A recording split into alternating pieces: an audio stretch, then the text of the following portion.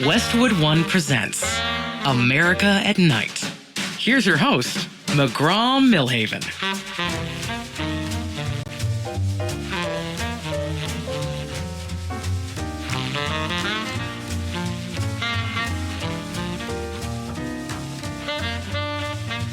All right, good afternoon. Good evening, everybody, depending on where you're listening. Welcome to America at Night. McGraw Milhaven here, your host, for another week of shows, and we got a good week in store for you. Coming up next hour, we're going to talk to a gentleman who was a former U.S. attorney. He was a lead prosecutor for Waco, one of the most pro-police prosecutors you can find. Also, if you remember the Republican governor, Eric Greitens, he was the prosecutor, he was the defense attorney for Eric Greitens. He wants to come on, and we're going to talk about the legalities of what's going on in Minneapolis. What about ICE? What are they doing? What are his thoughts? We'll get into all of that in hour number 2 with a former U.S. attorney and the former lead prosecutor for Waco. This first hour, we're going to talk to a little bit later on Lieutenant General Richard Newton. He was on the show last week talking about Venezuela. This week, I want to ask him a series of questions about Iran because it looks like there's some type of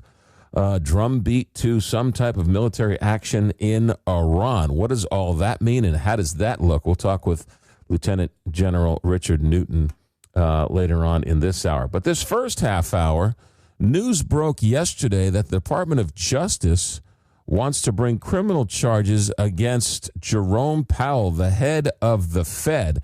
And there's been quite a bit of pushback. So we wanted to talk to somebody from the financial world to get a sense of what they're saying. We welcome Paul Auslander, president of SeaBridge Private Wealth. Paul, welcome to America at Night. Thanks for joining us.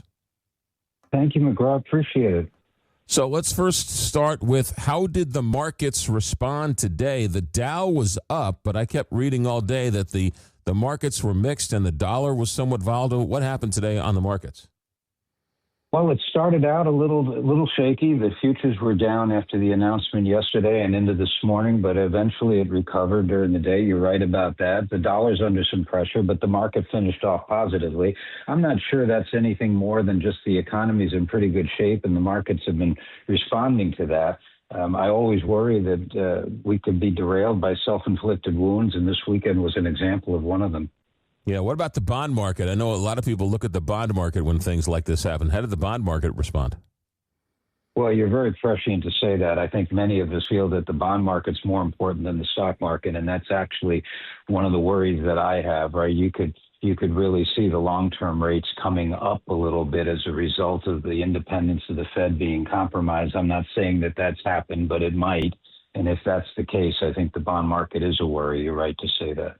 Yeah, let's talk about the markets. This is sort of separate. This is sort of saber-rattling politics of the sort, and the markets sort of, I still get a sense that the markets are saying they still don't believe President Trump because there's a lot of people saying that if the Fed loses its independence, the sky is falling, but the sky hasn't fallen yet. So it seems to me that the market is saying, let the president play politics. We still don't necessarily believe him. He's going to cross that Rubicon. You know, I lived in New York a lot of years, and a lot of us are used to President Trump when he wasn't President Trump. But Donald Trump, he's a real estate developer at heart. He negotiates everything. And so a lot of this is his negotiating style. There's no question about that. But when you threaten to indict the sitting chair of the Federal Reserve, it raises the level of the game. So I think this is a very important area where we have to be careful. I'm not sure where they're going with this. He's only got a term that lasts through May. I think that inadvertently President Trump may have shot himself in the foot here because the Fed governors are pretty independent and they could look at this as being or trying to be manipulated. And the odds were that there'd be a rate cut in January, and that's now looking like it's going to probably be a Fed that keeps things pat as opposed to lowering rates, which is unfortunate. Many of us feel that a rate decrease would help the mortgage market, would help the real estate market. So I'm not sure what he's accomplishing by doing this. And like everyone, I'm looking and waiting and hoping to see a sign. Yeah, earlier, I guess late last week, he sort of directed Fannie and Freddie to buy up $200 billion of bonds. I don't know if he has the power to do it, but the rates did drop a little bit. What do you make of that news, and what are actually the levers that can be pulled if somebody says something like that? Every action that you see coming up, I think that you've seen in the last month and will see for the next 6 months could be categorized as midterms. I think that's what he's doing. He's trying to make sure that the midterms go in a direction that he's happy with, and mortgage rates being dropped are one of those things, and the buying up of those bonds will help that. It did, in fact, help it short term. I'm not sure how sustainable that is longer term. Something like threatening the Federal Reserve chairman in this way doesn't help that mission. Yeah. Paul Auslander is our guest, president of SeaBridge Private Wealth. Paul, I've been taught that one of the great misnomers is when the Fed lowers the interest rate, that is a direct correlation to the interest rate we're going to pay on a house when we buy or when we refinance. They sort of look at each other, but they don't work in tandem with each other. So just because Colin Powell lowers the rate, that doesn't necessarily mean the interest rate on the house is going to be lower, correct? No, that's exactly right. I mean, the mortgage rates are more tied to the 10-year Treasury. This is when rates are manipulated by the Federal Reserve, raising or lowering by 50 basis points or 25 basis points for your listeners, a basis point, 50 basis points is equivalent to 0.5%, 25 basis points is equivalent to 0.25%. It doesn't impact the mortgage rates directly, but it does have an effect on them eventually. It's more short-term rates that are impacted by the Fed's actions. But it does help the trend, the overall trend. And if the other economics are in line with what the bond market feels is going in the right direction, then ultimately all rates drop. That's the worry now about some of these threats to Powell and prior to Powell looking at the other Federal Reserve governor that they accused of mortgage fraud. Any of this looks like Trump manipulating the Fed. You know, our markets are the envy of the world, the free world. And one of the reasons is the rule of law. Another is the SEC is probably the best police and the best cop in the financial industry in the world. But I would argue the most important thing is the Federal Reserve independence. We're looked at as an economy that can't be manipulated in that way. So any sign of that is just bad for markets, as you said earlier, particularly bond market. Right. I mean, if the Fed did whatever the president wanted, then there wouldn't be trust in the markets, and that would probably wreak havoc on the 10-year T-bills, which is what moves the interest rate in the first place. Our entire financial system is based on the word you just used, trust. And I would add confidence in the markets. And so when that's threatened in any way, and it doesn't have to be a lot, you know, we've enjoyed 3 years of prosperity in the markets, looking at a fourth year coming up, right? Our economy is in really good shape coming out of this COVID disaster, the inflation disaster. You can name all the problems that are out there, but my clients are feeling really good about their accounts right now, and I would dare say every other financial advisor would say the same thing. It wouldn't take much to knock it off of its course, and that's what I worry about, the self-inflicted part of these issues. If you go back and you look at any of the recessions that have occurred, most of the time it's happened when there was a bad move in terms of policy. Let's talk about the job market, because they keep talking about the yin and the yang. There's job markets doing well. No one's getting fired, but they say no one's getting hired. How do you see it? That's basically a good way of putting it. You know, a lot of folks are saying that AI is going to have a big impact on that. I haven't seen it yet. I mean, it's taking some jobs in my profession. It's made my firm run a lot more efficiently, to be honest with you. Things that we'd have a junior associate or two doing for 3 weeks now gets done in 12 minutes. So, I mean, I'm not complaining about that, but that's going to be an issue. But, you know, the other impact, and we haven't seen this happen, and I don't have a dog in this hunt, but I'm just wondering how it's going to play out, is this whole immigration policy and how that impacts the job market. We haven't seen any impact yet, but I think we will. Well, the small businesses are saying I guess anecdotally, they're saying, hey, look, we just don't have the roofers. We just don't have the workers. We don't have the meat packing. The farmers are having a hard time finding people. We don't have enough nurses. We don't have enough doctors. We don't have enough lawyers. We don't have enough anybody, really. And so the economy can't grow unless we have workers. I'm talking to you from Florida right now, where I've gotten older and I spend my winters in Florida at a home we've had for years. One of our best friends has a series of restaurants in the area, and he's 80% down in employees. And I can't tell you how many of those are illegal folks as opposed to legal folks, but I will tell you that it's impacted businesses from landscapers to restaurants all over. And I think it's going to move up the food chain. It's not only those workers that I just described, but it's other folks. And so that's something that I haven't seen any evidence to suggest that it's hurting the economy yet, but economists that are way smarter than I am, they predict that will happen. Paul Auslander, for a couple more minutes, president of SeaBridge Private Wealth. Let me ask you this question, Paul, and that is, as we move into 2026, President Trump's tax cuts are going to start to show up in tax returns and things like that. Talk about what is going to happen, because there are some people who are saying we are going to hit the accelerator in terms of this stimulus because of all these newfound tax cuts and tax credits and salt tax deductions and everything else. We're going to see a huge stimulus. How do you see it?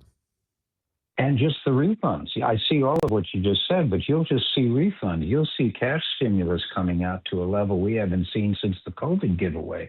So, yeah, there's no question that you're going to see the economy go into turbo mode. I think a couple of things are going to impact that. One, I would have predicted lower interest rates would do that. If President Trump continues in this path and others continue on that path, I'm afraid that's going to be stymied, because the Federal Reserve is just going to get their fur up and say, wait a minute, we're going to hold rates the way they are. But I see regulations being cut. Earnings from companies are excellent. I think they're going to continue through 26, and some are predicting even through 27. So I think the tax cuts that are going to take effect, the tax benefits to people, it will definitely juice the economy. One thing that we're seeing now is people, they spent like drunken sailors for a couple of years. Now we're seeing them saving more of that money. It's interesting. They're spending less. It's almost like they got the spending out of their system, at least on the higher end consumer, and now they're saving more. So it'll be interesting to see what happens there. But I think 26 should be a really good year. Again, and I've repeated myself a few times, and I apologize for that, if we don't have any self-inflicted wounds. Where are the tariffs? How come the tariffs haven't done the damage some said it would do?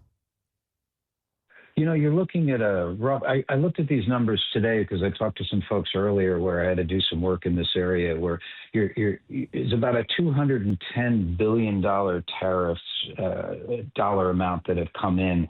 And when it annualizes, it's going to be about $25 billion a month, $300 billion a year. So you have the Supreme Court coming up, which is going to be very interesting with this. And I think the way they're going to handle it is they're going to end up splitting the baby, where they're going to say that we're not going to have to refund the tariffs, but he can't add any new tariffs to it. And they're going to cite a couple of laws that say that, because I don't think the mechanism exists for them to refund everybody with the tariffs, right? I think that's going to be a problem if they have to do that. I think that will really hurt the economy. But it hasn't impacted, to your point, it hasn't impacted inflation. I think part of that is because suppliers, part of that, it hasn't really fallen on the consumer. It's really been borne by the manufacturers and the suppliers and the middle people. They've been really reserved and reticent to raise prices, and I think that's going to continue. Interesting stuff. Paul Auslander, president of SeaBridge Private Wealth. We got lots more to get to, but we're out of time. Paul, please come back in the near future, and we can continue the conversation. Thank you, McGraw. Appreciate it. Thanks for having me. Paul Auslander, who is president of SeaBridge Private Wealth. Let me tell you about some of these statements and products that have not been evaluated by the FDA, and these products are not intended to diagnose, treat, cure, or prevent any disease or condition. If you're like me and you're loving all these holiday treats, and I'm not talking about the cookies, I'm talking about the heavy foods, the sweets, the alcohol. Sure was fun, but the holidays can take a toll on your liver. You've made the resolution in 2026 to get off to a healthier start. Now we're in the middle of January. Why not start by giving your liver the love it deserves? from all that hard work by taking Active Liver from New Nordic. Active Liver is available in easy-to-take tablets and delicious gummies, and it's an important part of your daily wellness routine to help keep your body detoxed and feeling its best. Now, I started taking Active Liver from New Nordic a couple of weeks ago. I've noticed less digestion issues, better energy, and I feel healthier and less worn down. Seriously, take my advice and get off to the new year right with Active Liver as a simple, delicious daily detox. Active Liver is available online at Amazon, NewNordicUSA.com, or pick up some today at your local CVS, ShopRite, Meijer Grocery, or now Active Liver is available at Wegmans. New year, new you, New Nordic. Live from coast to coast, this is America at Night with McGraw Milhaven.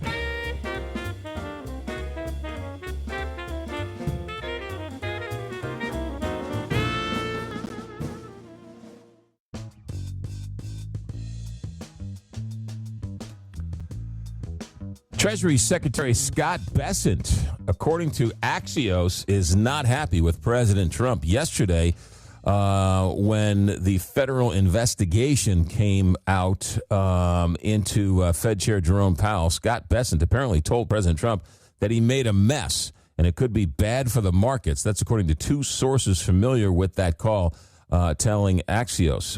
One source tells Axios the secretary isn't happy and he let the president know it. Bessent thought that when the president named a new Fed chair that Powell would go. Now, he doesn't think that's going to happen, and he thinks that he's just made it harder, whether for Powell to go, because Tom Tillis, who sits on the banking committee, is now saber-rattling, saying, look, we don't have to approve the new guy, and if we don't approve the new guy, the old Fed chairman stays until we approve a new guy.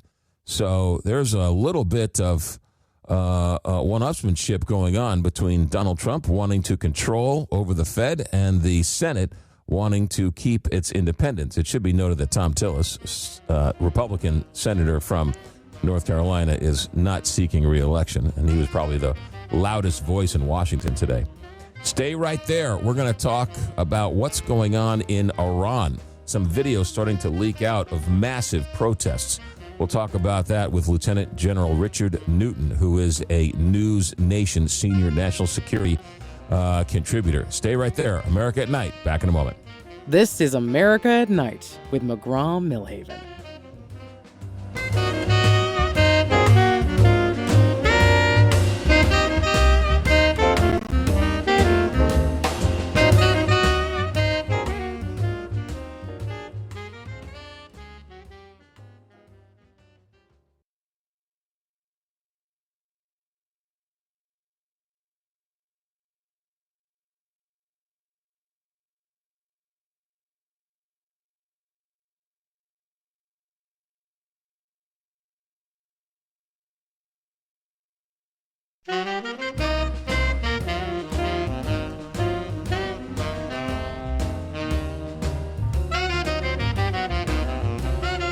This is America at Night with McGraw Milhaven. Hey, thanks for joining us. It's been 2 weeks now, the ongoing protests in Iran. And if you haven't seen much video, it's because they've blacked it out. They have blocked the internet, and no real news is getting in, and no real news is getting out. However, some video is being leaked out tonight. I've seen for the first time massive protests over the last 2 weeks, and President Trump has floated the idea of some type of military involvement. To talk about this is our friend from News Nation, senior national security contributor for News Nation, Lieutenant General Richard Newton. Richard, Lieutenant General, welcome back to the show. Hey, McGraw, great to be back with you. Certainly lots going on in the Mideast, specifically in Iran. Yeah, so let's get to it right away. And lots of places to go. There have been a lot of protests over the years. Iran is, a lot of people don't know this, is a very educated population, very westernized in a lot of ways, very intellectual. There have been protests throughout the years. Why are they saying this is a tipping point? What is it about this protests that has the leadership and the government in Iran so worried? All the way back to 1979, when the Islamic Revolution kicked off in Iran. They deposed the Shah, and the Revolution was off and running. Fast forward, you've had several uprisings since, not many as public as this is, but in 2009, most recently 2019, 2022. But here we are, December 28th, 2029, 25, and then fast forward to today, as you mentioned, over 2 weeks of protests. The difference is this is the weakest position the regime has been in 45 years, militarily, economically, politically, certainly in the information domain as well. They're losing the message. Second point is that the state of the Iranian economy is in shambles, 42% inflation. The currency, the rial, is 50% devalued.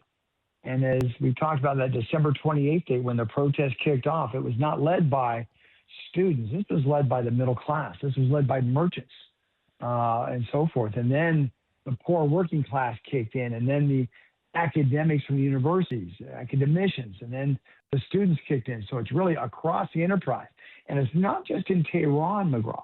This is across, 150 to 200 locales across Iran. Iran's about the size of Alaska, somewhere between 80 and 90 million people.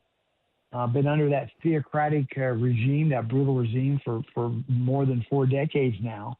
And so that's really what's happening. Final point is there's also now, from the United States standpoint, you have a president and an administration who, other administrations have tried to deal with this in the past, but have been reluctant to use, all the tools available in terms of U.S. national security, from diplomatic, economic, finance, and military. This president has demonstrated in the last several months that he's willing to use all those tools, specifically military. And that's the change, that's the difference, that's the delta to describe then to where we are exactly right now. You're right. I get the fact that Trump's the wild card and that he's sort of hard to sort of read, and that's sort of, right, that's the madman strategy. That's the genius of Donald Trump, if you will. But let's talk about these negotiations, because if Iran, which has signaled it wants to negotiate with the United States, let's say they say, look, we'll give up all of our nukes, we'll give up all the enriched uranium, we will stop funding Hezbollah and all the other ones. Okay, fine. But that doesn't solve the problem of the middle-class merchant who's protesting in the streets. So I don't understand what we would be negotiating for unless it's regime change. So it's sort of like a three-way negotiation. What do we want for them to give up some freedoms for their people? Well, McGraw, first let's underscore what we perhaps in your question, and it's spot on. The White House is now weighing what I would call a last-ditch Iranian offer to engage in some modicum of diplomacy. That could include curbing its nuclear weapons program. Where have we heard that before? The Obama administration back in 2012, 13, and 14. All the while, the president, as you clearly articulated, is certainly leaning forward, likely, very much considering using fresh military strikes on Iran. So the negotiation aspect of this may be just part of the art of the deal. That's the name of the president's book. But it could be where he is just using that as one of many tools to compel the Iranian regime to come to a table. All the while, like you said, there's chaos in the streets and so forth. He could be also biding time, whereby use this as an option, is to allow the protest to continue, allow for now, he just announced tariffs, 25% tariffs on any nation that's going to be trading with Iran. There's also increased sanctions and the enforcement of those sanctions, namely the export of Iranian oil, which is the lifeline, the lifeblood of their economy, which would then compel perhaps the regime to not only step aside, but perhaps to implode. I'm not sure that one's going to play out, but that is.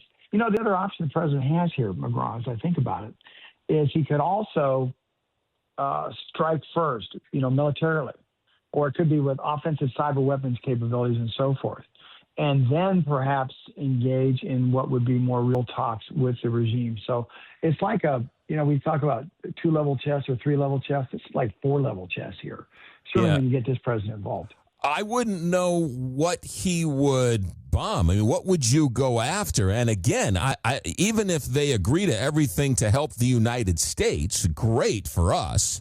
But I don't know how that appeases the protests in the street. They want more freedom. I guess if you take off the sanctions, that would then ultimately help them in some way. And I don't even know. I mean, they're protesting for their freedoms and their oppressed nature. And so, I mean, can the administration, the U.S. administration, negotiate something for the protesters, the current government of Iran, give up some freedoms to allow to stay? I mean, you need the wisdom of Job to figure this out. Yeah. You know, in the old days, we used to call that the $64,000 question. Let's get to the military targets or the targets in just a second here. But there are, McGraw, there are no signs at this moment that the Iranian rulers are on the verge of really losing their power, nor do I really think or would expect them to consider getting into negotiations, because they may be losing internally. They may be thinking they're losing somewhat of a grip on power, but they haven't lost their power. And so, however, on the other side of that civic disorder, the protests now, McGraw, maybe started in December 28th, but today they're no longer about transforming the regime. I believe they're now about overthrowing the regime. And that's what the administration is deeply contemplating. Let's talk about targeting. There's this, I might have talked about this last time. There is a up the ladder of escalation. We heard one ring of that ladder just a couple hours ago when the president levied tariffs on any nation or even non-state actors doing business with Iran at 25% tariffs, from the United States standpoint. A next ring in that ladder could be enforced even more sanctions, but those enforced sanctions, especially against oil shipment and even the ghost ships that have been going back and forth that we saw in the Caribbean with regard to Venezuela. There's 1,000 of these ghost ships that serve Russia and China and Iran. The other ring on that ladder could be the use of offensive cyber capabilities, much like what the regime is doing against the population of shutting the internet down to almost zero, as you mentioned in your preamble, to now where you actually use offensive cyber capabilities against the regime internally to how they govern, how they communicate, how they do their command and control with the Islamic Republican Guard Corps, and so forth. And then the other, escalatory ring on that ladder would be military. It could be limited strikes, but it could be multiple strikes. There is still a target-rich environment for U.S. military capabilities, principally air power. We talk about boots on the ground. There are boots in the sky that we've got in the region that can do some significant damage to their continuing desire to build ballistic missile capability, their drone manufacturing and weapons capability. There's still some remnants, although we destroyed their nuclear weapons development capability on the night of June 22nd with 7 B-2 bombers and about 30 Tomahawk cruise missiles launched from a submarine. But there's still some aspects of the nuclear weapons capability. You could go after the Islamic Revolutionary Guard. I think I called them Republican. No, it's the Islamic Revolutionary Guard that really does their export of terrorism to the proxies and trains them, such as Hezbollah to the north of Israel and Lebanon, Hamas still in Gaza, Houthis to the south, and so forth. You could also perhaps go after, maybe not their. Well, I would not go after their oil fields, because that is what you need as a lifeline, a lifeblood for the next. When the people, I think, overcome the regime at some point, they'll need that oil capability for their own economies. But you can go after some of the export aspects of it. So lots on the escalatory ladder, lots in the military toolbox. Well, and as we've all learned from Iraq, right, no matter which side you come down on, you're going to upset the other side, right? So, right, the protesters are going to love you, but the supporters are not. The supporters are going to lose their power, just like we saw the Sunnis lose their power in Iraq and all of a sudden become ISIS, right? So you've got to worry about if you go after Hezbollah, if you go after Gaza, if you go after some of those things, there's a yin and a yang to all of this. So it's a hornet's nest. And on top of which, Trump was elected to stay out of this. And so now he's thinking about going right back in to the Middle East, which is what dragged President Bush into all that trouble. It's a fascinating moment in American history, I think. It is, absolutely. And speaking of history, I was a history major at the Air Force Academy, but then I was blessed to be able to live through a lot of this history. What's different, though, in terms of what Bush 43 was facing in the first administration, obviously on the heels of 9/11, but then going into Afghanistan, then going into Iraq without particularly coming up with an end game.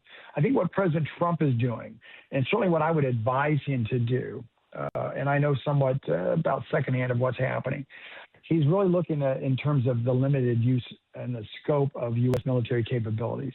It's really not that's being used as a tool to come up with an ultimate solution. What we did in Iraq was we went in, defeated the Republican Guard under Saddam Hussein. We captured Saddam Hussein, and then we fired all the generals, and then we fired the bureaucracy. And then really we left it, if you break it, you buy it, as Colin Powell would tell us when I was in the Pentagon in the late 80s, early 90s. Well, we did. We broke it and we had to buy it. And that's what cost a lot of blood and treasure for the United States. We somewhat akin to what happened in Afghanistan. That's another conversation for another night. But I think what President Trump's trying to do here is he's really trying to turn the corner with regard to the Mideast. The other aspect of this, briefly, is that what we did not have in Iraq, what we did not have in Afghanistan, was a regional partner, a very close ally. We have that in Israel. I do not expect Israel to get involved should we go with the kinetic strike capability with regard to the United States in Iran. Again, we can talk about that later. But we do have a strong proponent and strong ally in Israel, somewhat at our beck and call. And that's a difference as well. But this administration is really not looking for the military aspect to be the preeminent tool here. Is really the economics and the transactional aspect of what we can do to prop up the opposition forces so they can flourish and they don't need constant support by the United States, certainly militarily. Lieutenant General Richard Newton, he's on loan from News Nation, senior national security contributor. We love talking to him. Last question for you, and this is more of a history question because I think a lot of people don't really connect the dots in all of this, but I want to get your thoughts on this. If the Islamic Revolution doesn't happen in 1979, we don't have 9/11, right? I mean, there's a direct line from what happened in 1979 to 9/11 through today. And so they kicked out the Shah, they overthrew the Shah, and they kicked us out and they became our enemy. And now there's talk about the Shah's son taking over Iran. I mean, it's pretty extraordinary what we've watched over the last 35 years with this one country that has basically dominated Middle East as the master with all the puppets around there. Yeah, boy, I tell you, there's a lot of that. That's for the next 5 hours we could talk about that one. Let me put it in context real quick. My dad served on active duty. We had a career in the Air Force as well, and ended up commanding a lot of part of the Air Force. But he actually spent time in Iran. He was at what was originally the U.S. Central Command, U.S. Strike Command, and he was part of the strategic planning piece and actually got to meet with the Shah. I recall this vividly back in the mid-'70s. A very strong nation, very pro-U.S., and frankly, a very strong U.S. ally of ours.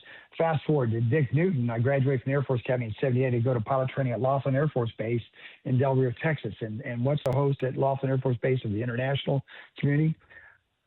Teaching Iranian lieutenants how to fly jets. I flew with them. And the Shah's son was actually up in Texas, just north of me at Lubbock Air Force Base. You're referring to Razaf Pahlavi. And so, however, fast forward to that historical line to today, I don't think he's the solution for a couple of reasons. Number one, he's been living apart in France and the United States. He's got some great ideas. He's got some great context. Certainly the historical reach back to his father, but so much has happened in those 4 decades or so. But back to your point, I think you could make a case whereby if you don't have the Islamic Revolution in Iran in 1979, you don't have the cause of the extensive terrorism that resulted. Now, remember, right after the regime changed in 79, there was an 8-year war with Saddam Hussein. And that's where the revolutionary core, the Ayatollah then and the Ayatollah now, made clear to the Iranian people, look, if you play ball with us, we're going to be rather strong henchmen here, but if you play ball with us, we're going to prevent you. We're going to prevent others from at least attacking you, and we'll watch out for you. We're going to control you, but we're going to watch out for you. what happens on June 22nd? As I mentioned, those 7 B-2 bombers going downtown into the nuclear weapons development capabilities, plus those Tomahawk cruise missiles. And the Iranian people didn't really feel a whole lot protected. And then post that, in the intervening couple of months since, they have not provided, they've still remained at that strong hamstring control over the Iranian people. Yeah. And there's really nothing socially for them to provide them. So they really have no off ramp. So we could do a whole hour. Lieutenant General Richard Newton, who has a wealth of knowledge, and he shares it with us from News Nation, senior national security contributor. Lieutenant General, be safe. Keep your phone on. We'll call as needed. Thank you, sir. Have a good night. Be safe. Good morning, McGraw. You have a great night. Great being with you. You got it. Thank you. America at Night. Back in a moment. From the heart of America, this is America at Night with McGraw Milhaven.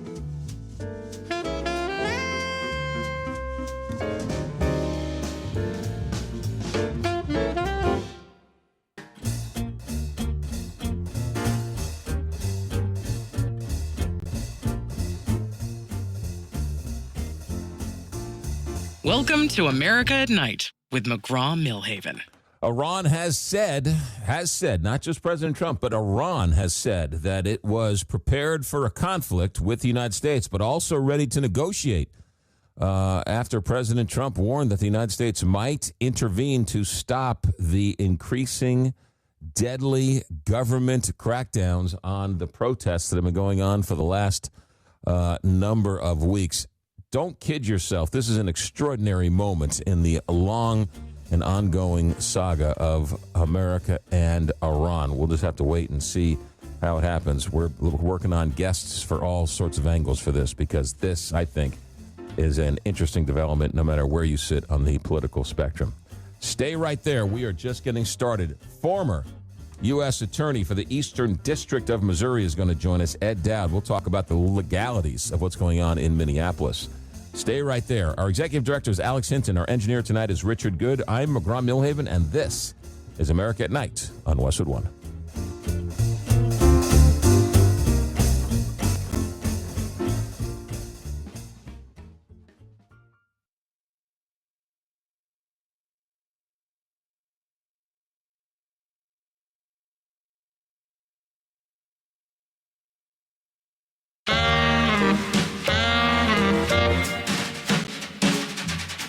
Westwood One presents America at Night. Here's your host, McGraw Milhaven.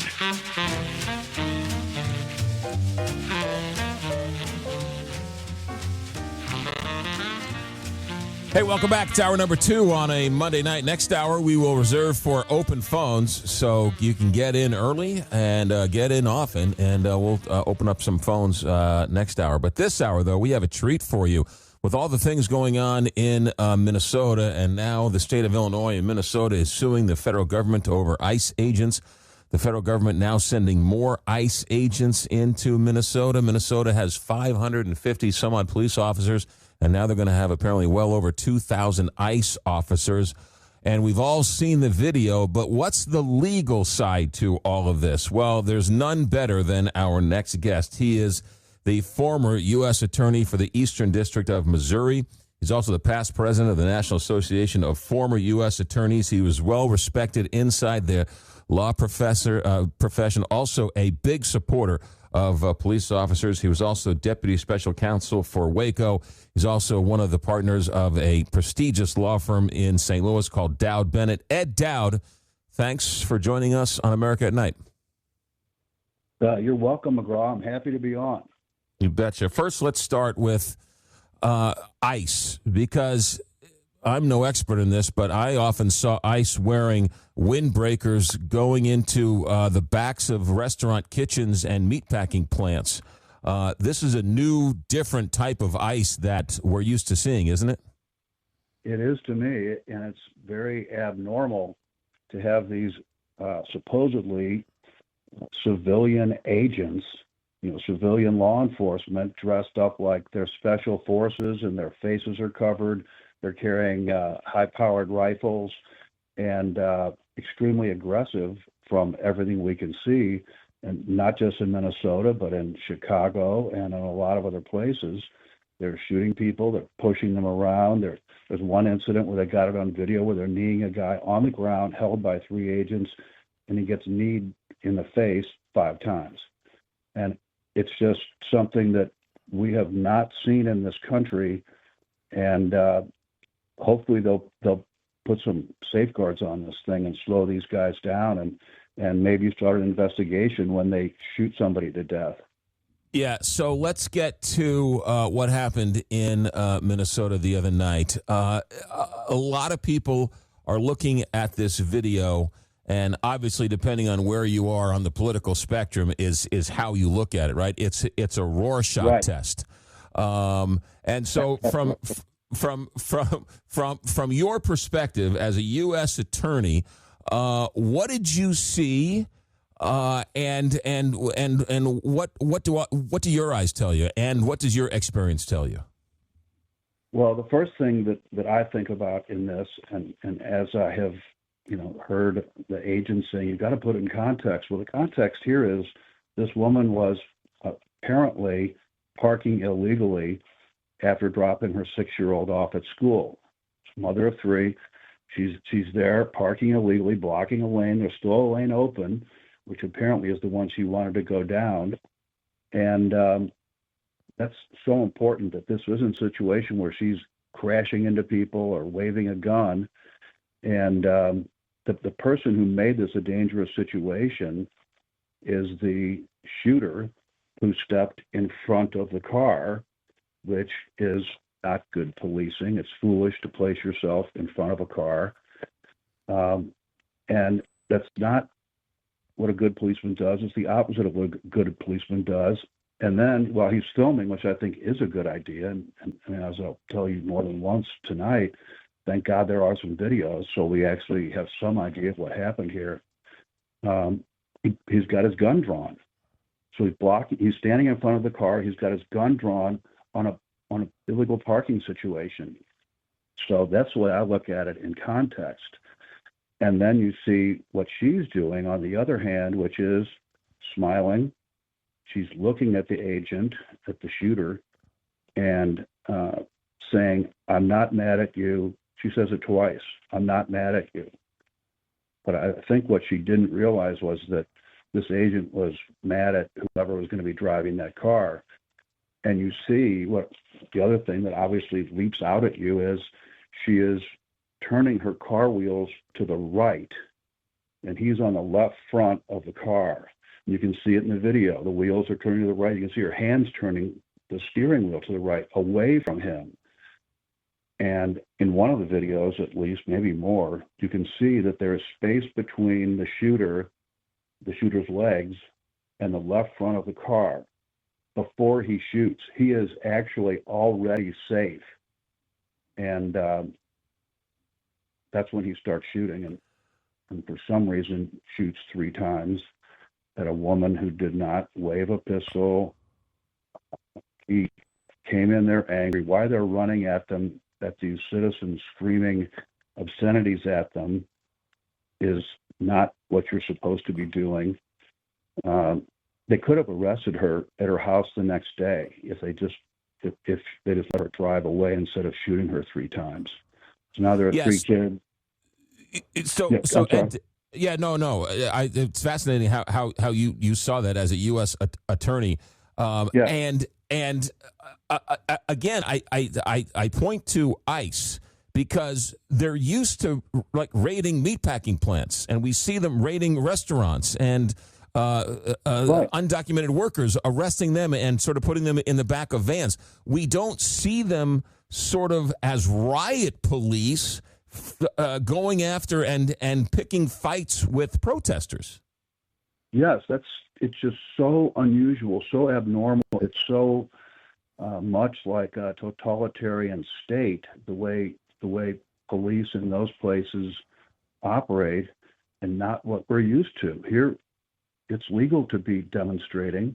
It's legal to take pictures of law enforcement while they're working. That doesn't mean you should be shot.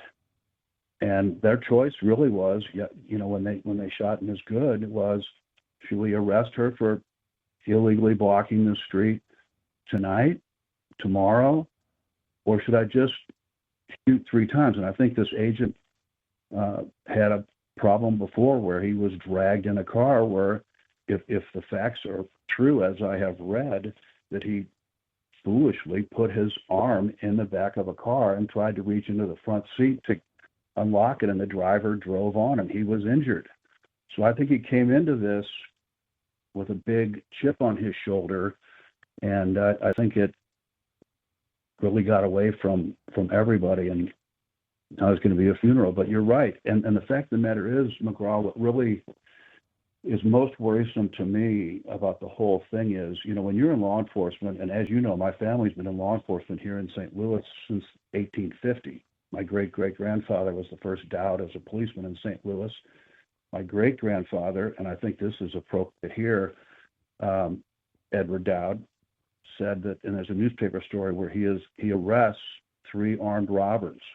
He knocks one of them unconscious with his pistol, has the other 2 pick him up and carry that guy back to the station, and he's quoted saying, "You only shoot when you absolutely have to. To do anything else is just cowardice." And that's unfortunately what we're seeing here is a lot of shooting going on, and not just here. There was a lady in Chicago who the ICE agents shot 5 times. She was in her car, I believe unarmed, and they claimed that she had rammed their vehicle, and she was charged. And she somehow lived, amazingly enough. And then somebody came up with a video, once again, thank God, and it showed that the agents rammed her car and then shot her 5 times, and she lived. Hold that thought, Ed Dowd. Hold that thought, Ed Dowd. We're just getting started. A lot more to get to. Ed Dowd is with us, former U.S. Attorney for the Eastern District of Missouri. Again, past president of the National Association of Former U.S. Attorneys, so well respected by attorneys, U.S. attorneys, and the Deputy Special Counsel for Waco. And as he said, a long history of being pro-police. We'll get back more with him. Stay right there. What about the protesters, and where do they share some of the blame, if any, in all of that? That's what we're going to ask him next when we come back. America at Night, back in a moment. America at Night with McGraw Milhaven.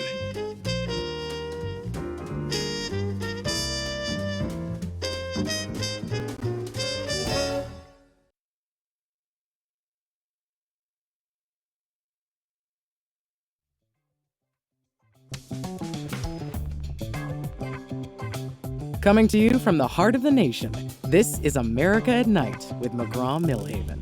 Ed Dowd is our guest for the second hour, former U.S. Attorney for the Eastern District of Missouri.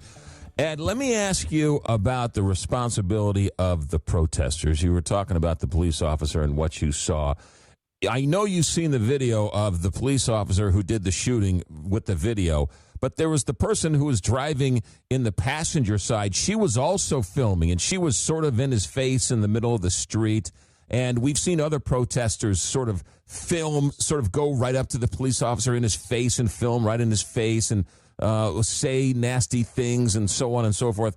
Where's the responsibility of the protester, and what do you say to the person who, as unfortunate as this situation is and was, the protester was in the wrong place and so therefore wasn't asking for it, but shouldn't have been there in the first place? Well, first of all, the first part, the woman who's standing there yelling at them and, telling them to do something and filming them, that's certainly aggravating, and it would be aggravating for the average person. But law enforcement is supposed to be trained and professional enough that you don't start deciding that, well, people need to be shot here. That, it's not even a fine line. People have a right to protest, but they also need to give the law enforcement people space to do what they need to do, and you cannot interfere with them. I mean, the place that they'll be normally held to account would be by their own agency and in court. And that's the real problem here, is you don't see anyone above these agents who are shooting Americans, saying, hey, this has got to stop. The response was, we're sending in hundreds more, as you mentioned earlier. This is not an aberration. It's what they're doing. And that's what's got to change. And what came out, instead of, a normal professional police agency, when there's a shooting, immediately goes, we're going to investigate, we'll make it public, we'll make the videos public. Here, someone apparently told the president this woman ran over the agent, and that's what the president reported. I assume he was told that. I assume he didn't make that up, or maybe he did, I don't know. That no investigation, and he says the agent was run over. It's amazing that he's alive. Well, these videos don't lie. The police officer was in the clear and safe when he started shooting. And so the big thing is they need to step in and do something. Kristi Noem needs to do something. She needs to say, we're to investigate this. We're to investigate where this man was kneed in the face 5 times while he's on the ground screaming for help. We need to investigate where this woman is shot 5 times in Chicago, sitting in her car. We need to have change here. People that are in law enforcement, like I have been and like my family has been for so long, we are vigilant about rooting out bad cops, bad law enforcement people. That's our duty to the citizens, and it's our duty to good law enforcement people, which the vast majority are. I think they've got a lot of bad ones here, and I think that ICE is being told, be totally aggressive, we want you to raise hell. And we're not seeing anything different coming out of Washington when these Americans are being shot. Ed Dowd, we're not seeing video of them going in and arresting undocumented workers and protesters sort of stopping them from arresting undocumented workers, right? We're right. Seeing the protesters and ICE agents in the street, on the street corners, sort of agitating each other. It's like without the violence, it would be a performance art. It's like both sides are performing for the camera. Would you agree? Right. That this is a different type of protest or a different sort of message going on? Yes. And they were sent there apparently to do just that. We're going to go in there dressed up like we're special forces. We're dressed for war. Unfortunately, so far, the war seems to be against American people in general, and ICE should be focused on undocumented aliens. And this thing where they're they go up to people on the street and start asking them where they're from and what their names are, and going door to door is what I've read in the newspaper today. I'm not sure that's true. It's hard to believe. Law enforcement doesn't have a right to do that. Knock on somebody's door and say, give me your name, where are you from, let me see your passport. That's more like Nazi Germany than it is United States of America. You're supposed to be safe in your house. If they want to come in your house and ask you questions, they need to have probable cause. They need to get a search warrant if they're going to start investigating you. Police can always ask people for help, but you can't ask to come in somebody's house and start investigating them without any probable cause. Ed Dowd, our guest. Ed, hold that thought. I got a couple more questions for you. Ed, can you hold it through the break? Sure. Ed Dowd with us, U.S. Attorney for the former U.S. Attorney for the Eastern District of Missouri. He is also the Dowd in Dowd Bennett, one of the most prestigious law firms in the country, past president of the National Association of Former U.S. Attorneys. And if his name sounds familiar, he was the deputy special counsel for Waco all those many years ago. I will tell you, he is one of the founding members of Backstoppers and Crime Stoppers. And as he said, he comes from a long line of police officers in his family. We've got a couple more questions to get to. As President Trump has announced, more than 1,000 more ICE officers headed to Minneapolis. Now Minnesota and Illinois suing the federal government, saying we don't need ICE officers here. So the standoff and the confrontations continue. More with Ed Dowd in a moment. America at Night. Back right after this. Relax. You're listening to America at Night with McGraw Milhaven.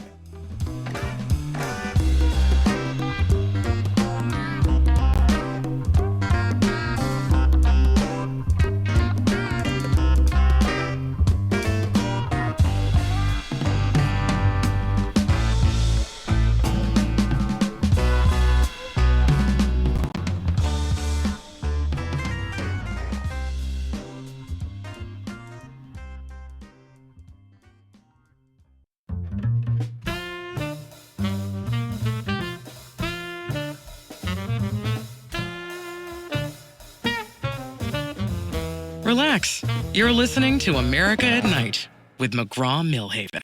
Hey, we'll take open phones next hour. This hour, we're talking with Ed Dowd of Dowd Bennett Law Firm. He's a former U.S. attorney for the Eastern District of Missouri.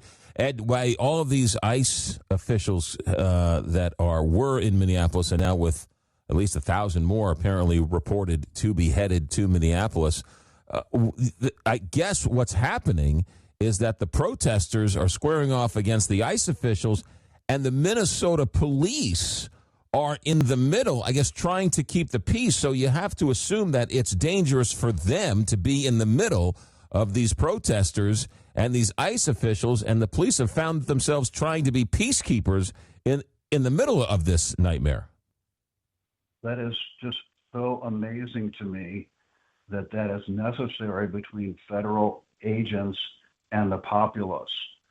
It's been caused by sending in 2,000 people, apparently with a directive to be as aggressive as you can be, to attack people, take their phones out of their hands, shoot them, that it's become to this that you need local law enforcement to protect federal police from the citizens and to protect the citizens from the federal agents who seem to be out of control.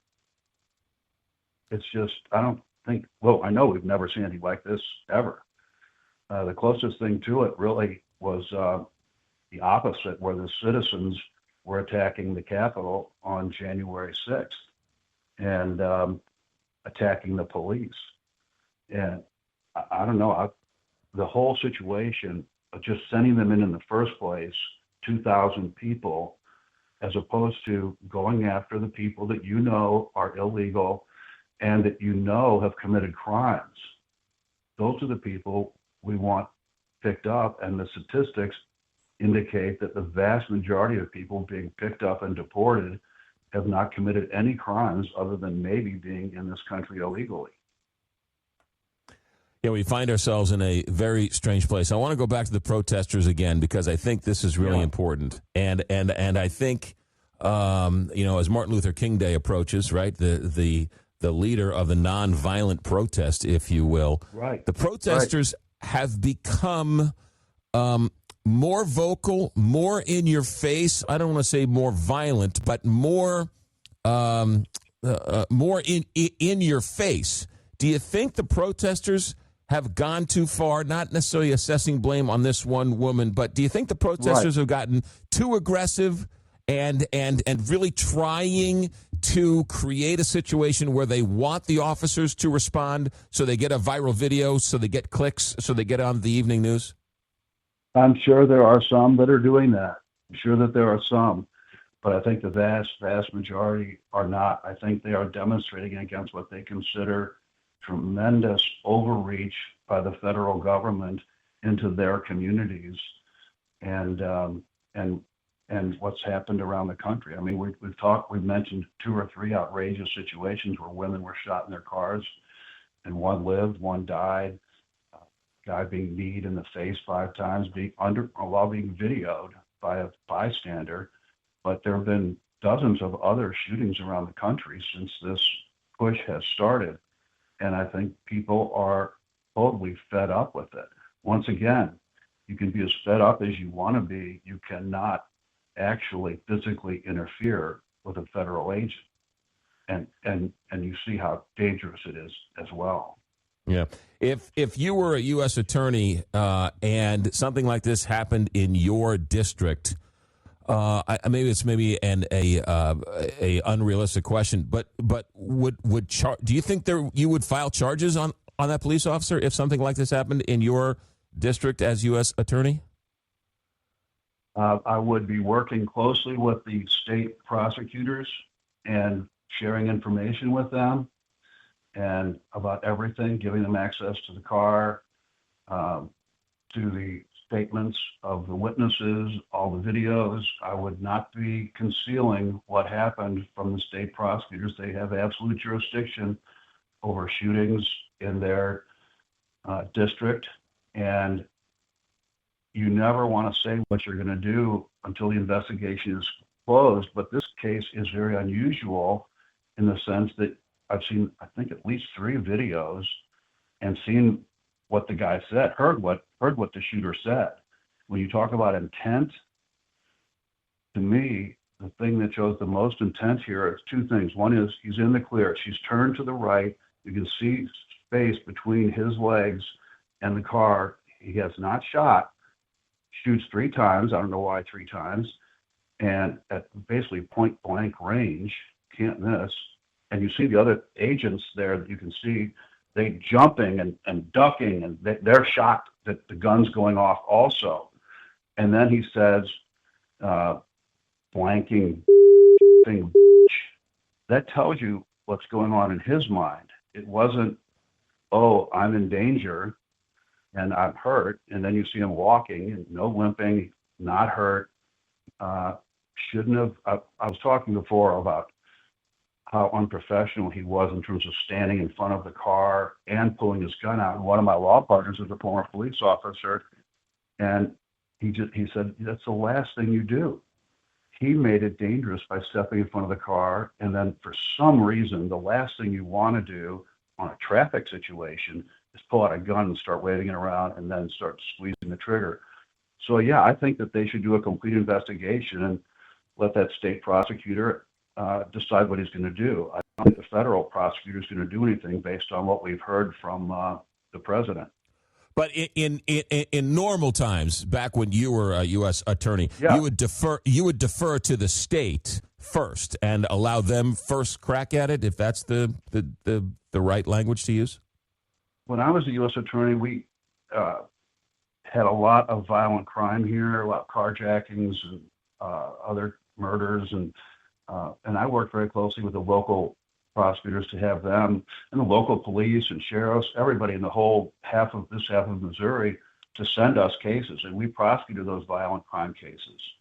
A lot of times when both of us had jurisdiction, we would take it. So that's something I would discuss with them, and you can actually, if you think it's important enough, you can both prosecute. You can prosecute, the state can prosecute first, and then the federal government can prosecute afterwards. It's not double jeopardy. And I think here you're more likely to get an impartial decision from the state than you are from the U.S. attorney, who I don't know, and maybe a great person, but I think there's a lot of pressure to not do anything to ICE agents by the federal government. They're letting them do whatever they want to do. While I have you here, Ed Dowd, what are your thoughts on the Jim Comey case? Well, it's just another case of a lack of professionalism. You just don't want to have U.S. attorneys serving without the proper authority, and you don't want a political figure like President Trump telling them what to do. And in this case, selective prosecution is almost impossible to prove, except when you've got somebody like the president saying, I want them prosecuted as soon as possible. And so they indict Comey and Letitia James in New York on terrible cases after the actually professional prosecutors had refused to bring an indictment, and they get the indictments dismissed. And I think, from what I've read and heard, that even if they weren't dismissed because the U.S. attorney had no authority to be acting as U.S. attorney. They would have been dismissed because of improper presentation to the grand jury. Yeah, selective prosecution. That's an interesting phrase I've never heard until this Comey case. Explain that, because that's a pretty interesting phrase there. What does that mean exactly?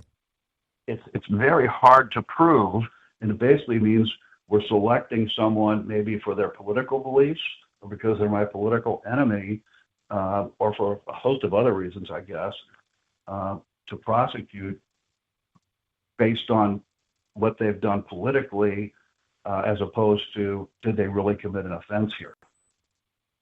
And that's obviously what the president was demanding be done here. They never even got to this decision because they said the indictment was so improper because the U.S. attorney who signed it didn't have authority to do that. But that would be the next question. You know, why did the president demand that they be indicted, and doesn't that prove selective prosecution? And I think most judges would say yes, it does. Yeah. So there is something on the books. They call it selective prosecution, I guess. Yeah. Another way to say it would be the prosecution is weaponizing their office, and therefore these charges should be dropped because this is just the weaponization of the prosecution. That is exactly right. And it's usually almost impossible to prove. But here you've got the president laying out the evidence for the defense. Crazy times. Ed Dowd, former U.S. attorney for the Eastern District of Missouri and deputy special counsel for Waco. Well-respected, well-trusted, also a partner of Dowd Bennett. Ed Dowd, thanks for checking in. Thanks for your candor. Be safe down the road, and we'll talk to you soon. Okay, thank you, McGraw. Appreciate it. You got it. Ed Dowd with us here on America at Night. Back in a moment. Live from coast to coast, this is America at Night with McGraw Milhaven.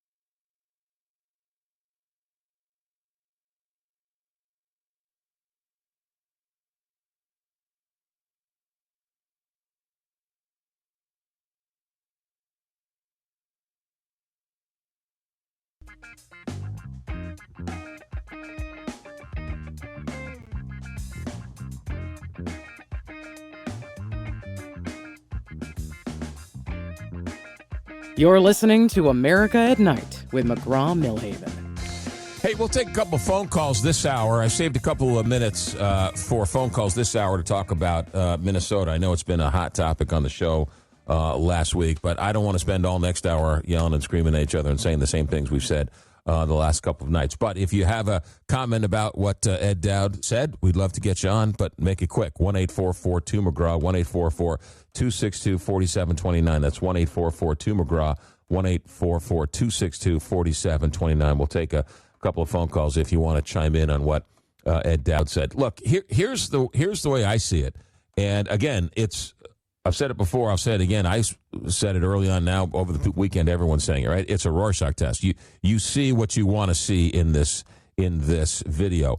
But what I'm seeing since the shooting in Minneapolis isn't 2,000 ICE officers making massive arrests of undocumented workers at Home Depots or at meatpacking plants or at restaurants to clean up the crime-ridden streets of Minneapolis.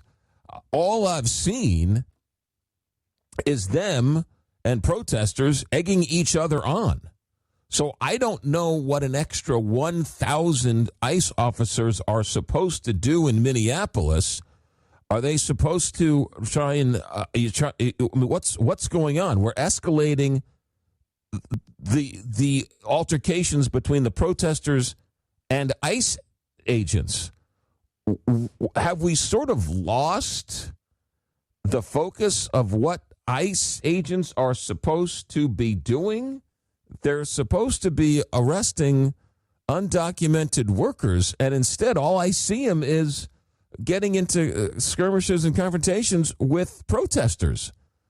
I don't see them like arresting people in front of a Home Depot and then having the protesters try and stop them. I see them sort of going at each other on the streets. So it's a bizarre scenario where you have ICE agents and protesters who are basically, it's one giant rumble in Minneapolis. That's the way I see it. Kevin is in Frederick, Maryland. Kevin, thanks for joining us. You were on America at Night. Kevin, are you there? I'm here. Kevin, make your comments quick, brief, and pithy so we can get to as many callers as possible. So I've been in law enforcement for 18 years. Ed Dowd just provided a disingenuous idea of what occurred in Minneapolis. You can see, and there's several different videos. There is a video where the woman actually hits the officer. Yes, he was in front of the vehicle, but he is hit with the car. That woman's car. Well, yeah, I haven't seen that. She had been informed that she was going to be arrested. She had been interfering with the operation of ICE throughout the day. A witness came forward and said this in a news interview. And lastly, Ed Dowd said that the majority of the people ICE has arrested have not committed a crime other than to enter the country illegally. That is untrue. The Department of Homeland Security has released lists of people that they have arrested and removed that have committed murders, had multiple DUIs, which kill people in the United States every day, robberies, fraud, etc. No, but I think he was saying that more. He wasn't saying no one's been arrested who's committed a crime. He was saying more people whose only crime is crossing the border. There's more of those people being arrested than other violent crimes. And Paul or Kevin, excuse me. Let me real quick. Yes or no question. Because of the things she did, was she justified to be shot? Yes. Okay, thank you for the phone call. Shirley in Bellingham, Washington. Shirley, I want to try and get Shirley on here. Shirley, welcome to America at Night. What's your thoughts? I'm thinking that you need to challenge Mr. Dowd. I've seen the videos as well. I missed the part where the officer was waving his gun around. That's an inaccurate statement. Then he says, I read somewhere that the ICE agents had asked these people for their ID, and then he goes off. He says, I don't know if it's true, but then he goes off on a rant that ends with them being Nazis entering the people's houses. This guy, I'm really glad. Is he retired? I hope. Oh no, he's no longer a U.S. attorney. Thank goodness, because that sloppy thinking is just. I'm really disappointed that you didn't challenge him on those things. You're new to our station, and I'm very disappointed. Please I don't know. I asked what I'll try and do better in the future. Thank you. Thank you for the phone call, Shirley. Again, as I stated earlier, it's a Rorschach test. We've all seen the video, and we all look at it differently. Somebody thinks it's a monkey. Somebody looks at it and says it's a banana. I have not seen the car hit the police officer. Now, I think I've seen every video, but I don't think, I haven't seen the person get hit by the car. I'm not saying he didn't. I'm just saying I haven't seen it. But again, that's what makes this story so insane is that it is one giant Rorschach test. you see what you want to see out of this whole thing. Stay right there. We'll take open phones next hour and lighten up things a little bit. America at Night. Our executive director is Alex Hinton. Our engineer tonight is Richard Good, and I'm McGraw Milhaven. This is America at Night on Westwood One. You're listening to America at Night with McGraw Milhaven.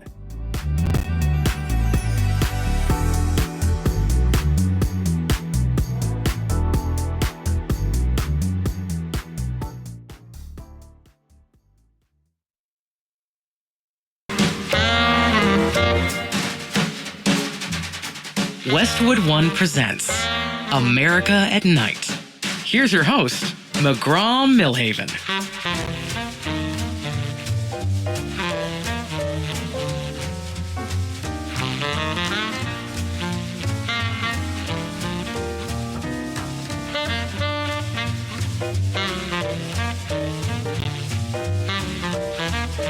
Hey, welcome back.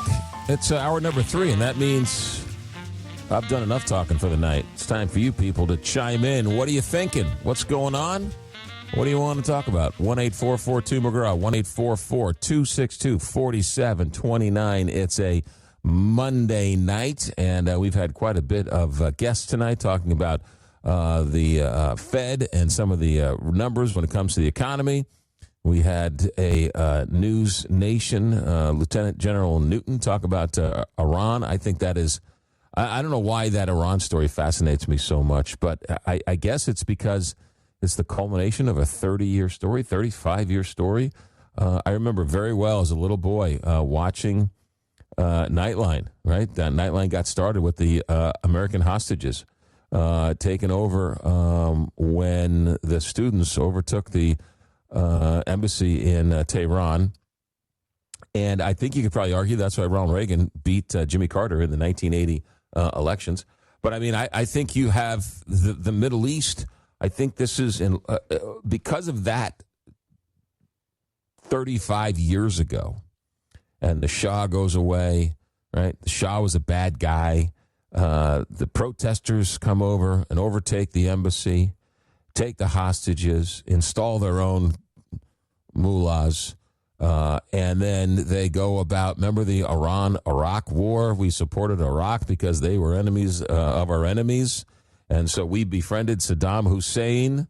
Then we somehow became his enemy, went into the Persian Gulf to get him out of Kuwait. We went back after 9/11. Right? And all of that, Hezbollah and Gaza and all of that is because of what transpired with the revolution in 1979. And now to see a president of the United States say that they're on the table looking at different alternatives to going into Iran to protect the protesters. I don't know how he's going to do it. I hope I don't hope he does. I hope whatever happens, obviously, I want the best. But I don't even, again, I said this earlier, you need the patience, you need the wisdom of Job to figure this out. How do you go about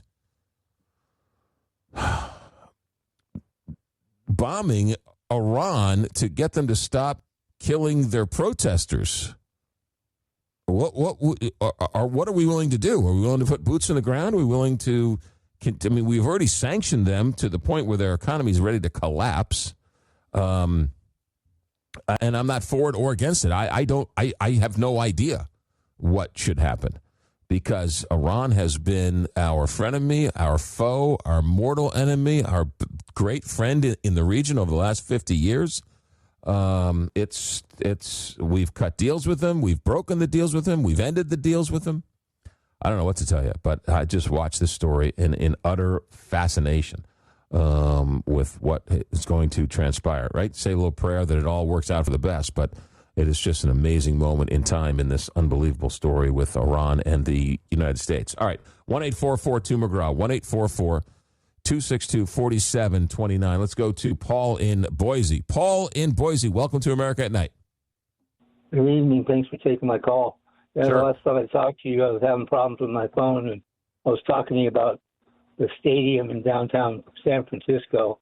It's a wooden plank one, so it's not comfortable. You got to bring your cushions and all that stuff. Anyway, they use that in Dirty Harry, the Clint Eastwood movie. Did you ever see that movie? I have seen Dirty Harry, yeah, a long time ago. I haven't seen it in a long, long time. There's a scene in there where the bad guy gets shot by Dirty Harry, and you can see the stadium. Anyway, that's where the high school has their championships. But when I saw it, I was at a football game with my dad once again, and it was Vince Lombardi, Bart Starr, and the Green Bay Packers against John Brody and the rest of the 49ers. Now, they played 5 times, so I can't tell you just exactly when that date was. Which game it was, yeah. Have a record of it. But, yeah, that was something to watch that game. But, man, you talk about uncomfortable. Oh, no, it was, I'm sure it was a nail-biter to the bitter end. Hey, Paul in Boise, thanks for checking in. Have a good day. You too. Let's go God bless. God bless you. Let's go to Vancouver, Canada, and check in with Catherine. Catherine, welcome to America at Night.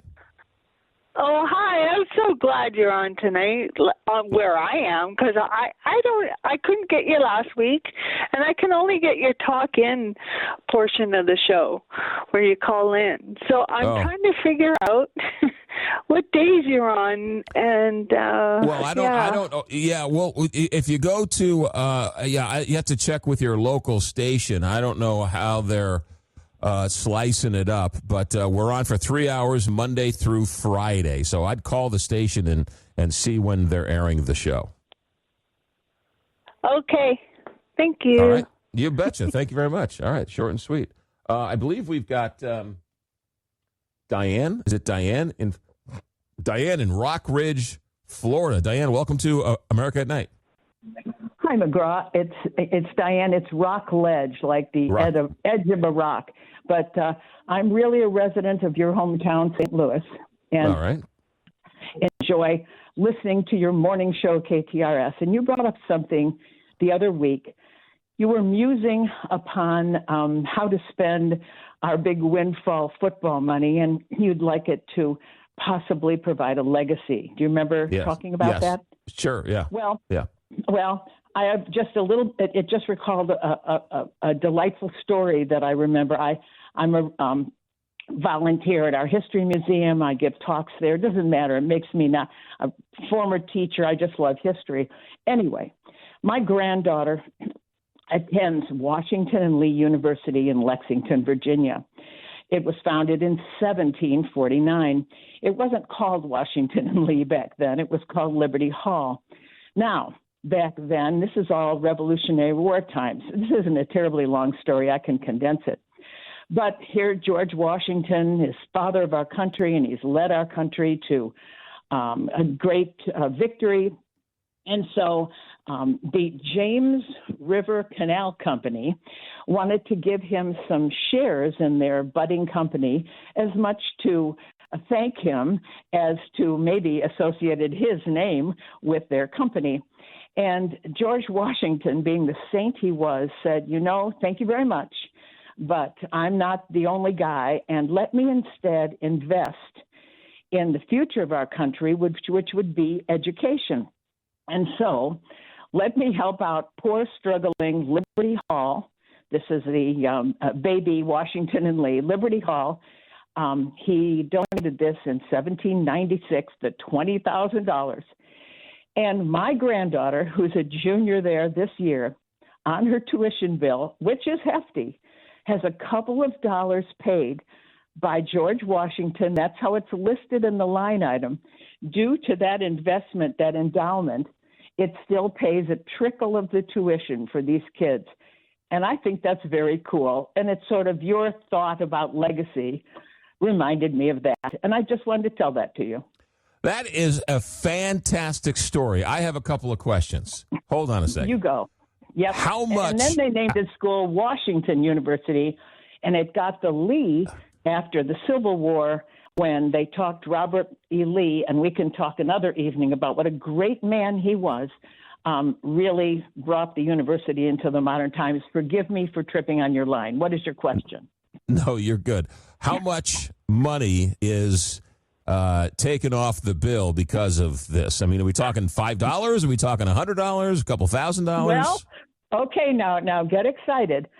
I think last semester it was $6.17 for the semester. So that's, oh, come on. It's from George Washington. No. I think I think that is. Yeah. I've never heard that story. That's a fantastic story. Isn't it? I love it too. I know.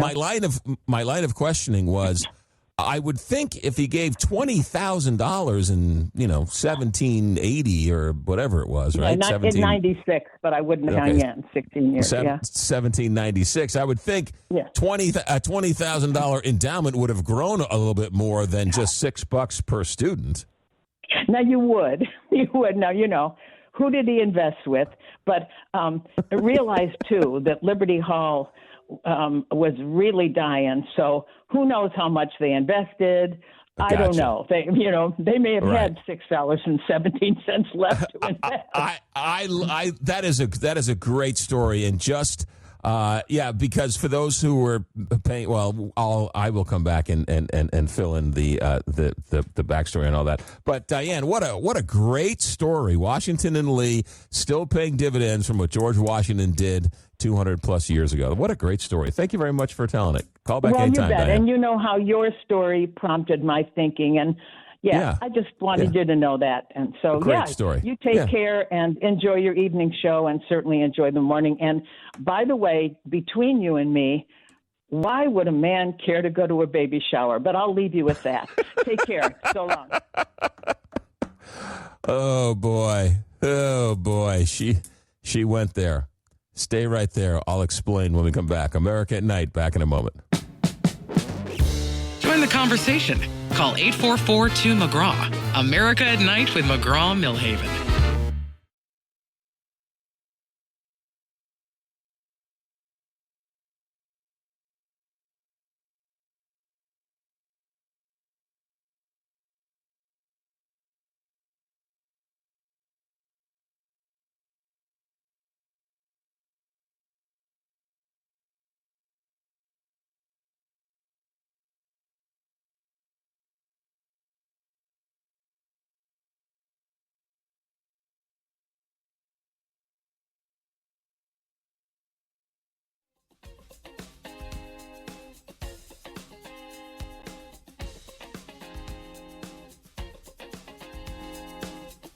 Coming to you from the heart of the nation, this is America at Night with McGraw Milhaven. All right, the phone number is 1-844-2-McGraw, 1-844-262-4729. Normally we have, I say this to the guys all the time, know the rules, write the rules down, know the rules, and then know when to break the rules. And we have a rule that you call once a night. But however, Catherine from Vancouver was on the show. She had a quick question about the show, and then she hung up, and she had forgotten why she had called in. And so, be that as it may, we're allowing her to call back a second time. Catherine, you're breaking the rules, but we're going to allow it because you were so nice the first time around, and you had the question that you originally wanted to ask us. You now remember. So, Catherine in Vancouver, the floor is yours. What was your question? Welcome to America at Night. You brought up a public broadcasting system. I think that's what it is, PBS, about the Muppets and Sesame Street. And it's the last show I heard of yours. So, and I had the question, I remember when Sesame Street, I mean, this would be a drag if kids couldn't see this, but Linda Ronstadt, do you remember her singing to Kermit the Frog? I do not remember. Was that Sesame Street or was that the Muppets? I think it was Sesame Street. Well, Kermit the Frog would be coming out, Well, now I have been schooled in that the Muppets are different than Sesame Street. And while there were one or two crossover stars, Kermit being one of them, right? Miss Piggy was a Muppet. Grover was Sesame Street, and one never appeared on the other. So I don't, and I know there were a lot of, I know there were a lot of stars who would go on the Muppets and sing, and I don't know if but I also knew that there were stars that went on Sesame Street and did numbers. So I don't remember Linda Ronstadt. I didn't watch the Muppets all at once. I was a religious viewer of Sesame Street. I also had the records for the record player.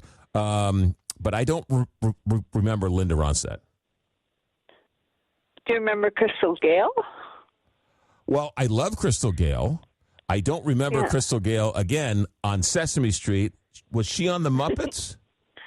Well, she was singing to Kermit the Frog. See, I love that because Kermit the Frog would have these women come on sing love songs to him. It was so funny. Well, I know, but I think that was I got to check, but I think that was the Muppets, though. Okay. Either or, I don't. I thought, that would be a real drag if they got no funding anymore. Well, there's no funding anymore. And by the way, Sesame Street left PBS a while ago.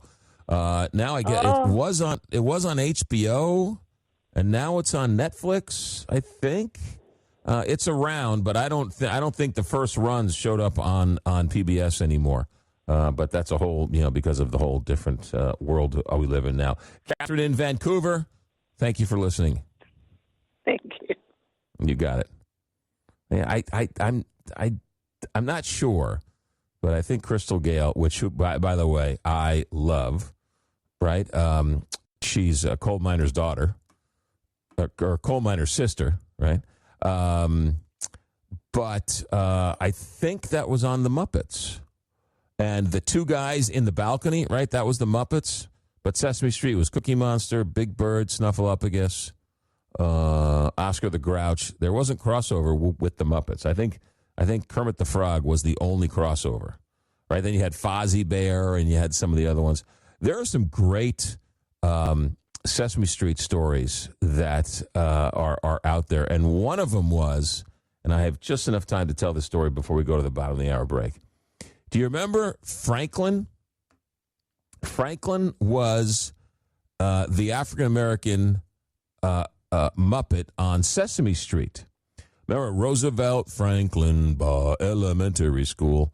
Well, believe it or not, they took that character away because they thought it was too stereotypical of a young black boy growing up in the ghetto. And so they took it away. And years later, a lot of African Americans said, hey, we identified with Franklin. Why did you take him away? That was the one person who we identified with, because he was too stereotypical. And so they didn't want, right, that they thought it was a negative stereotype. But it was what the black kids saw themselves in. That was an interesting argument or interesting debate over whether or not, right, that was culturally insensitive to have a black Muppet portrayed that way. But yet a lot of black kids were like, hey, that I identified with that Muppet. Why did you take that Muppet away? I thought that was a fascinating debate. Stay right there. America at Night. McGraw Milhaven. Back in a moment. Coming to you from the heart of the nation, this is America at Night with McGraw Milhaven.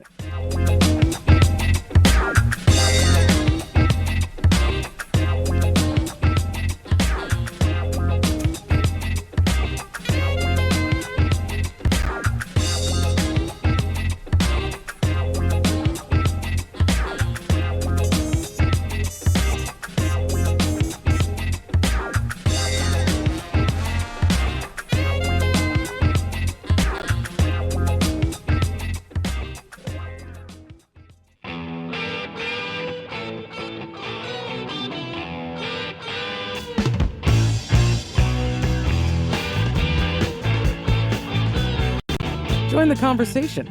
Call 844-2-McGraw. America at Night with McGraw Milhaven.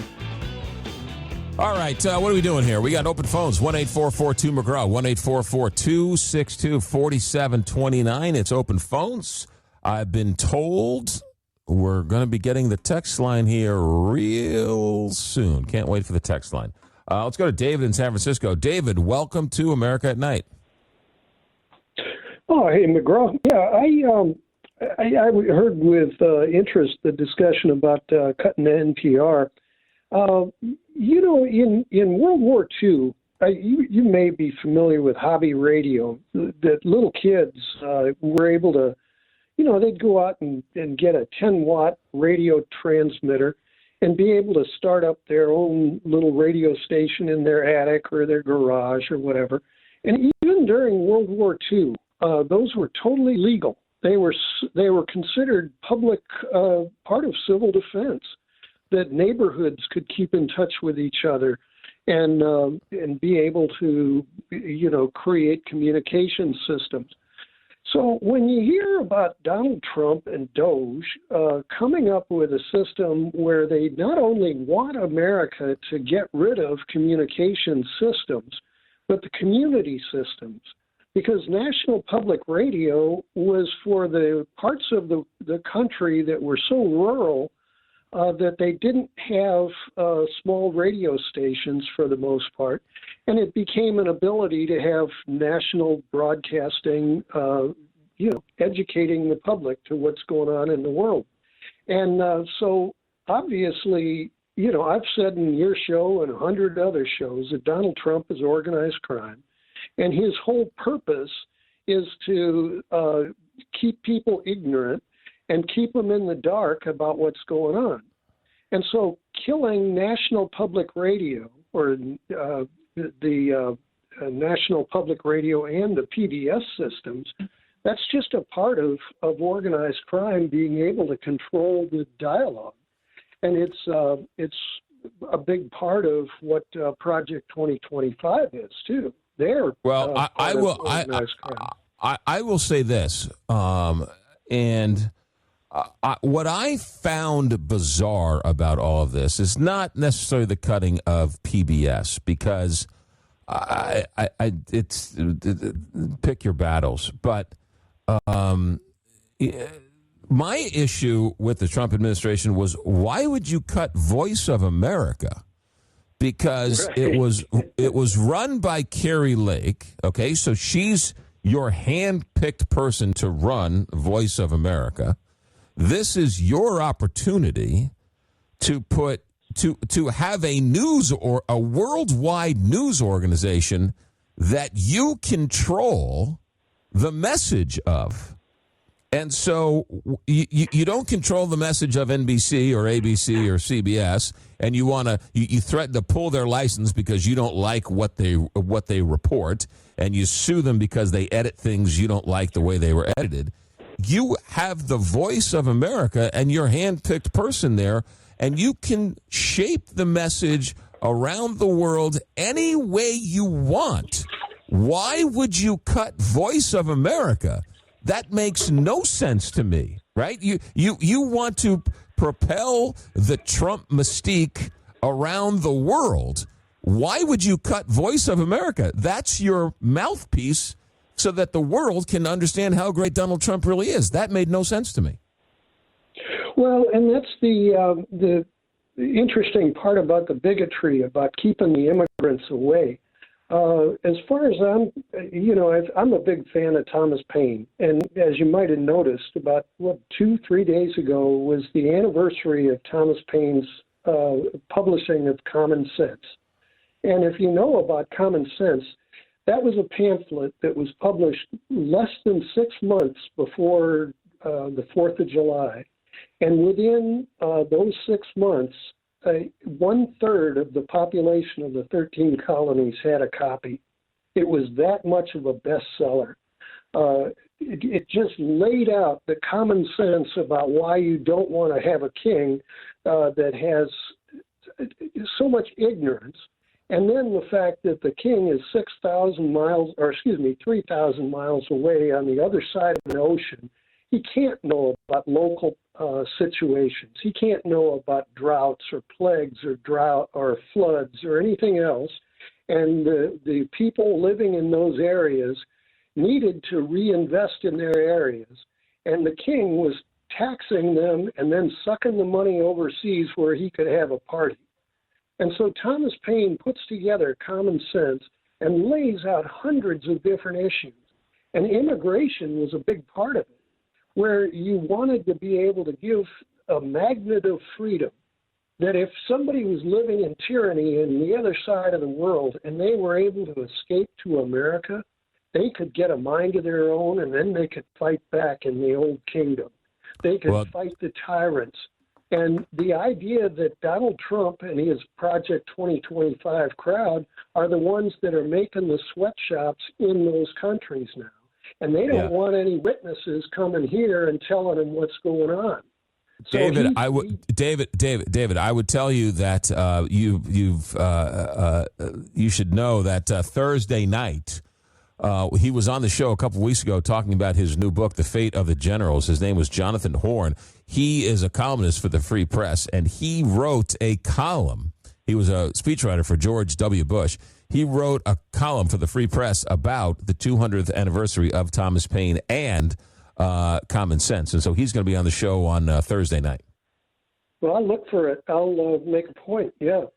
No, but it's this whole idea of being able to, America being a magnet of freedom, it took decades to get deep into the woods of all of those countries. But finally, after 250 years, people still believe America is a magnet of freedom, and Donald Trump is going out of his way to make sure that that reputation is ruined.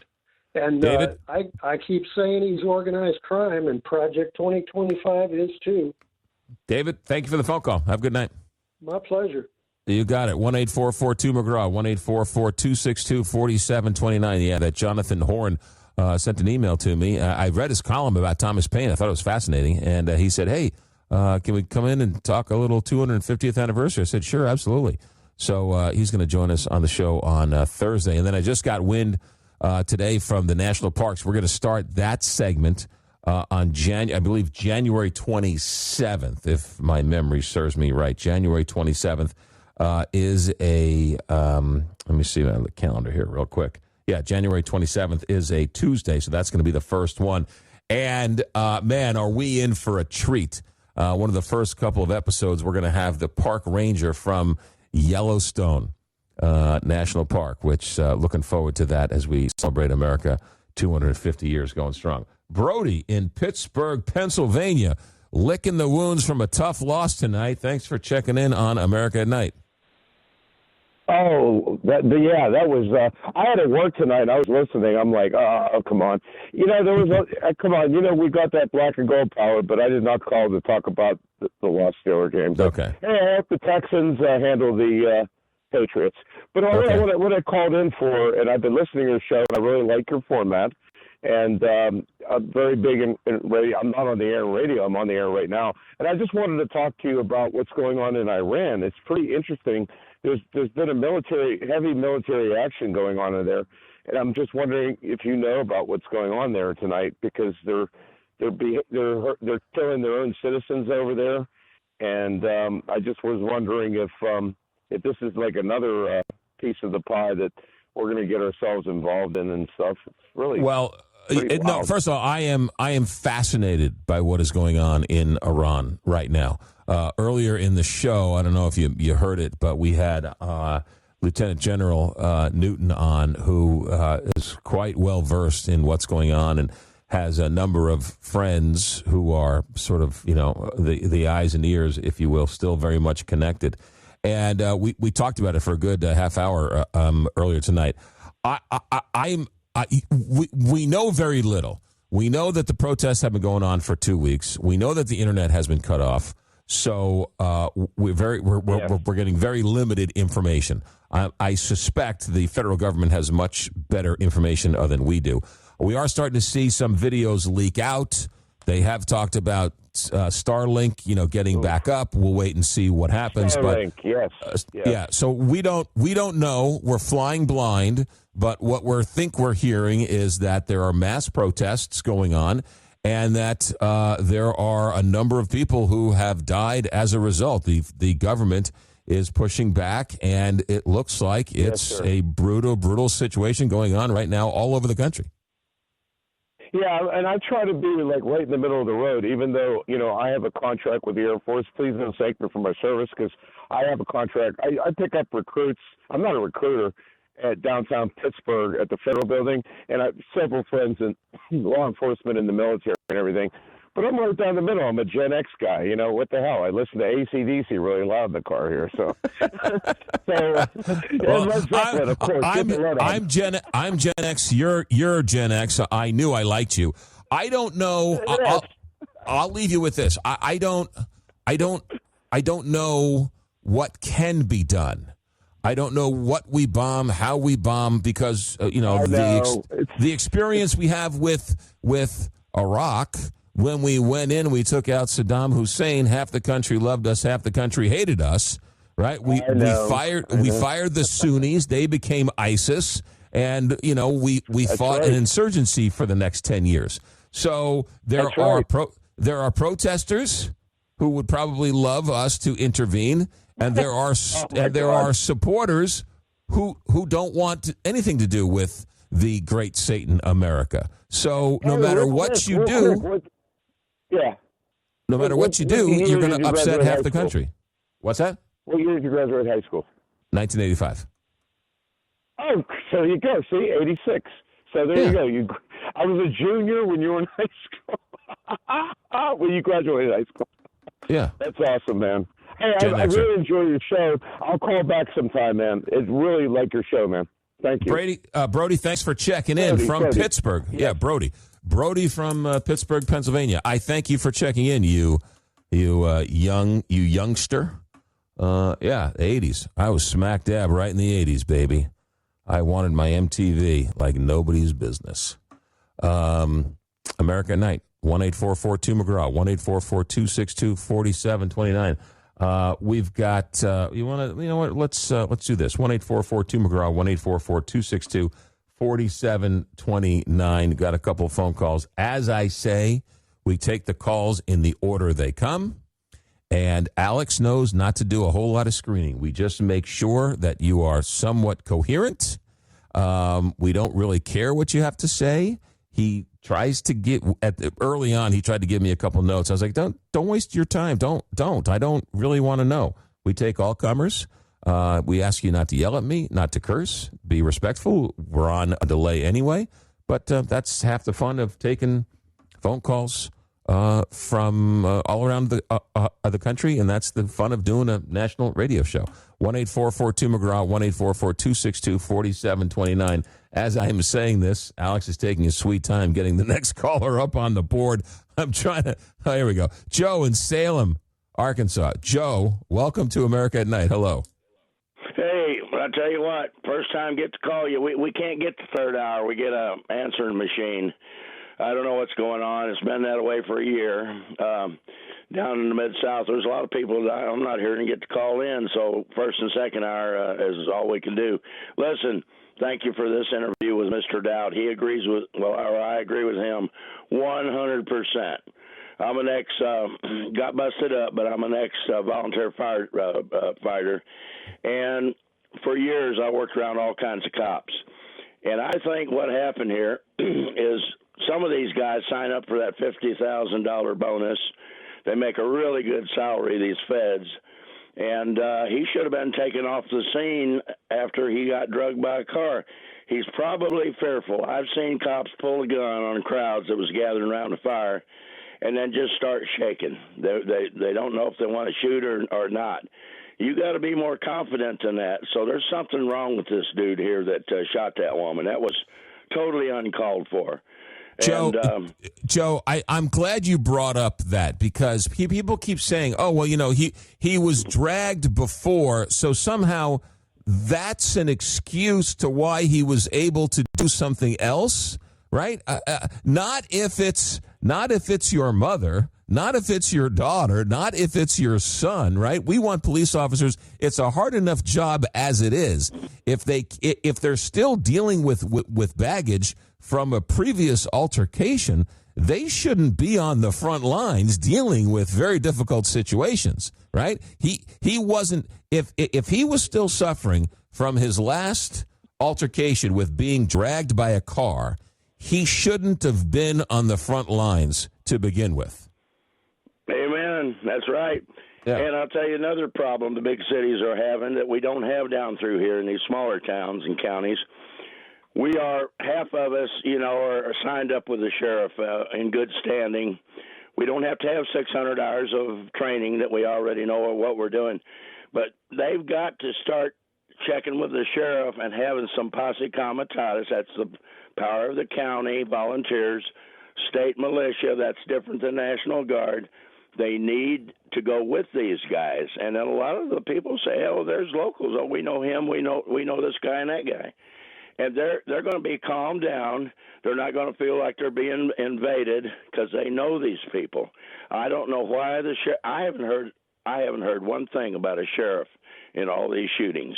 And our sheriffs here in Missouri and Arkansas, they take charge. They tell the feds that, hey, before you come in my county, you better check in at the office. If you don't, I'll have my deputies arrest you. Well, now, Joe, you bring up, Joe, I got to go. I got to break. I thank you for calling in. Call back anytime. Great take, as always. Interesting comments. We thank you for that, Joe in Salem, Arkansas. America at Night, back in a moment. From the heart of America, this is America at Night with McGraw Milhaven.